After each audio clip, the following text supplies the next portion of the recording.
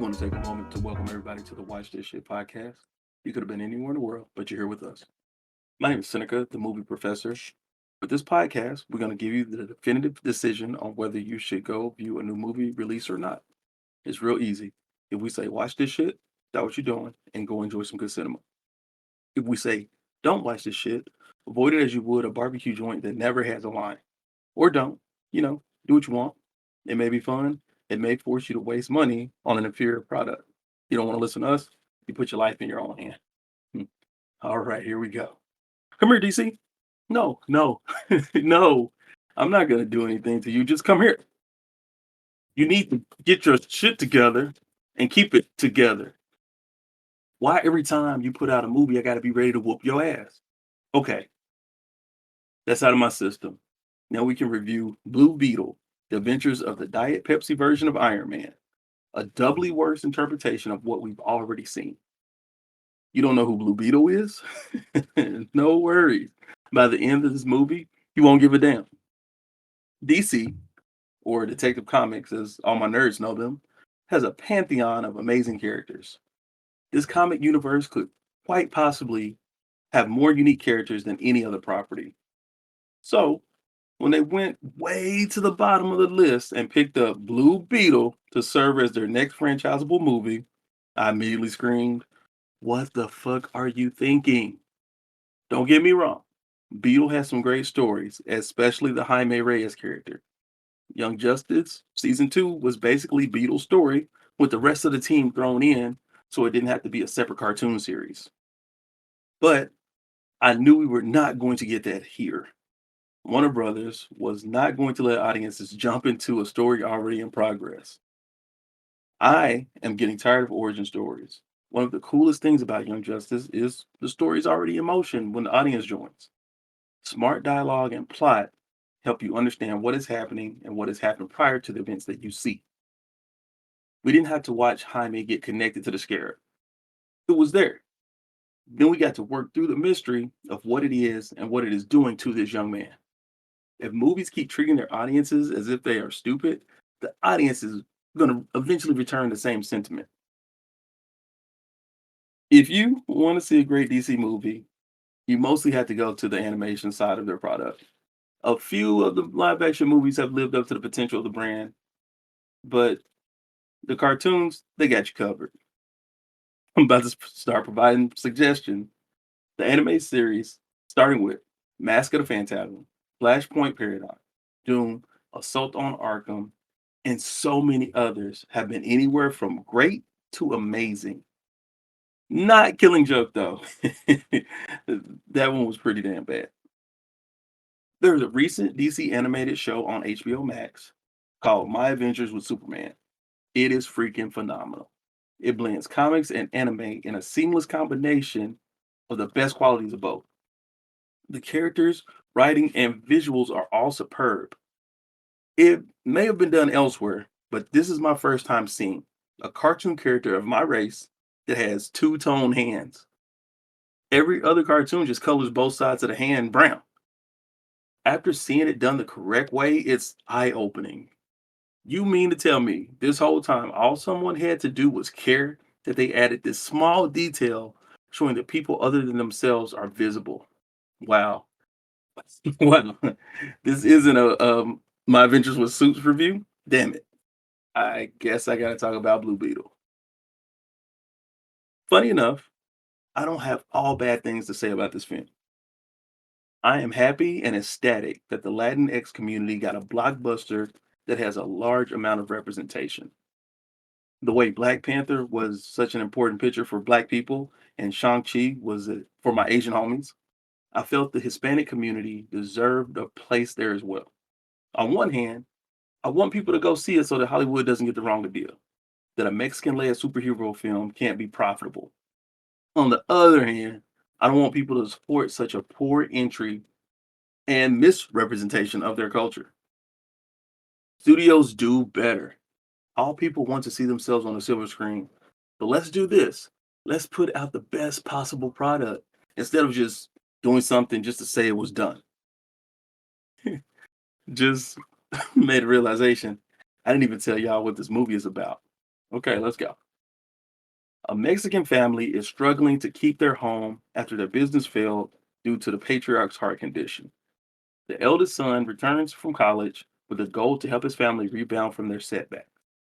A big corporation is threatening to take their home, and so Jaime Reyes, played by Zolo Mendrona of Cobra Kai fame, takes up janitorial work for the head of the company.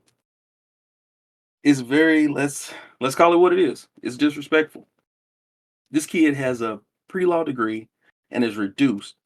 Nothing wrong with being a janitor at all. But look at the entire frame. He is cleaning up after the people that are threatening to take his home from him. I'm not about to play this game. A stupid series of events leads him to come into contact with an alien artifact that permanently fuses itself to him. This sentient weapon technology is what creates the suit. This event is what leads to this movie being turned into a knockout version of Iron Man, with a full scene ripped from the first film. When Tony Stark is testing the limits of the suit, the second suit, the Mark II, when he created it, he rockets into Earth's upper atmosphere and comes crashing back to the surface before pulling up at the last section. Second, the entire thing is recreated here, but as the protagonist as a passenger instead of a driver. Once you've seen it done damn near perfectly, it's hard to enjoy a cheap copy. After a few useless scenes of him getting used to the suit, the plot moves on, as it is. Ted Kord, the original Blue Beetle from the comics, neither myself nor the film has time to play with this character right now, so let's just move on. Has a daughter that is getting pushed out of her shares of the company by her evil auntie, played by Susan Sarandon, who employs a staff of Hispanic henchmen that she treats like trash, going so far as to call one of the employees a scientist, Sanchez, when he has told her clearly several times in this movie that Sanchez is not his name. This guy's played by Harvey Guillén, and he's in what we do in the shadows. He's awesome on that show. Just a side note for you to reference later. The disrespect just keeps getting worse. I checked the IMDb page, and they have him listed as Dr. Sanchez. This motherfucker told her through the whole movie that's not his name, and they have him listed in the credits as such. You can't make this up. I'm not surprised, but I am appalled. So Randon's plan is to unlock the Scarab tech and create an army of OMACs, which in this movie stands for One Man Army Corps. Huh? That doesn't make any sense. That's someone trying to use something that was already a thing and make it another thing. I'm not going to get into the comic accuracy of this. Did the movie do it or did the comic change it that way? But it was lazy. Either of the previous acronyms would have worked better. That out of the way, okay. She is going to use these created suits to what end? I don't know. Make a lot of money with military projects, take over the world, whatever. Sure, either of those. By the time it got to her explaining her evil plan, my brain had checked completely out. The reason, the reason her dumbass plan doesn't work is because she happened to fire Jaime and his cousin, and they run into her niece, who invites them to the facility on the day she plans to steal the scarab. In her escape, she hands it off to Jaime, telling him not to open the chicken box that she secreted it in. She may as well had told him, as soon as you get home, go ahead and open it up. And the alien device choosing him as a host. If that series of events hadn't happened, that old white bitch would have ruled the world. Speaking of white people, this is going to be popular. The racism that is shown against the protagonist in this movie is sad. There's a point where he tells someone his name, and they blatantly refuse to pronounce it correctly. Bitch, his name is Jaime, not Jamie. I know they are spelled the same, but the way the Spanish alphabet is set up, you're just being an asshole if you're not saying it the right way. It doesn't stop there. During this movie, they do a full-on raid on the Reyes household. It's very reminiscent of Homeland Security trying to remove illegal aliens from United States soil. We don't have time to do this in a way that's responsible. The antagonist gives the order, round them up. It was a theater full of Hispanic people. I think me and my homie were the only people that were of a different race. I thought they were gonna start a riot. And if they had, I promise I would have joined. I am an ally. Unfortunately, the audience remained calm and allowed their anger to boil up inside their minds. But why even do this?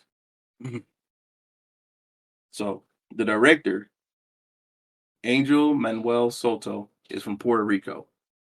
Jaime Reyes in the comics in this movie is Mexican. Why would they just not get a Mexican director to helm this movie?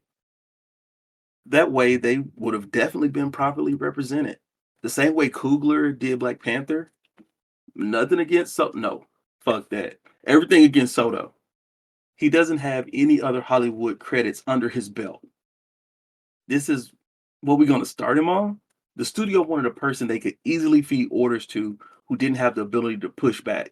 And also wouldn't care how the portrayal of the race came out because he doesn't identify with them.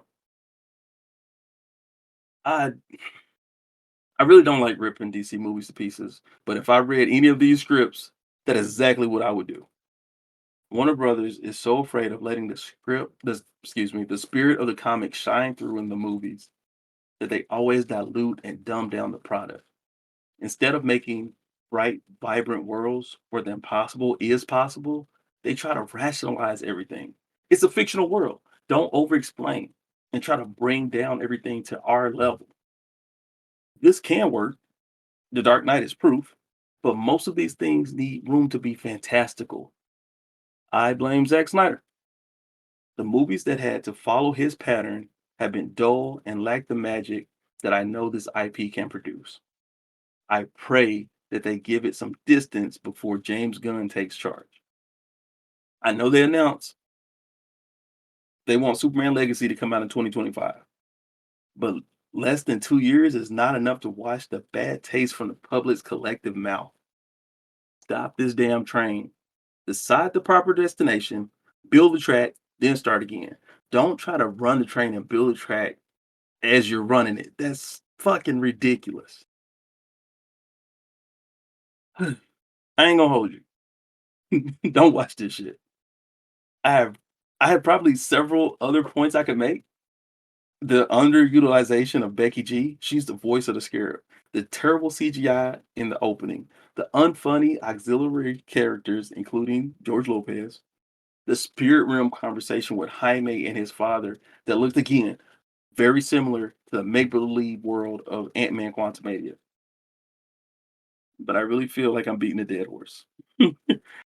Rarely do I hate that I can't recommend something.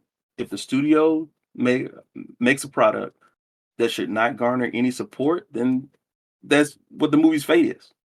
This time I'm saddened as the failure or success of this will give them ammunition for their decision not to put out a Latinx led superhero film for years.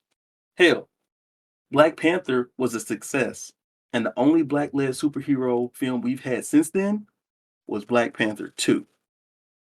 Now, think if it had been a failure. It's a damn shame. Thank you for listening to another episode of Watch This Shit. You come here for the realest take on new movies. So make sure you follow us so you're not left in the dark on whether you should check out a new movie or not. If you haven't seen this shit yet, go on about your life. Don't even worry about it. Matter of fact, you're doing good. Damn, you're doing good. Check us out next time when we review The Equalizer 3. Come on, Denzel. And good day to you.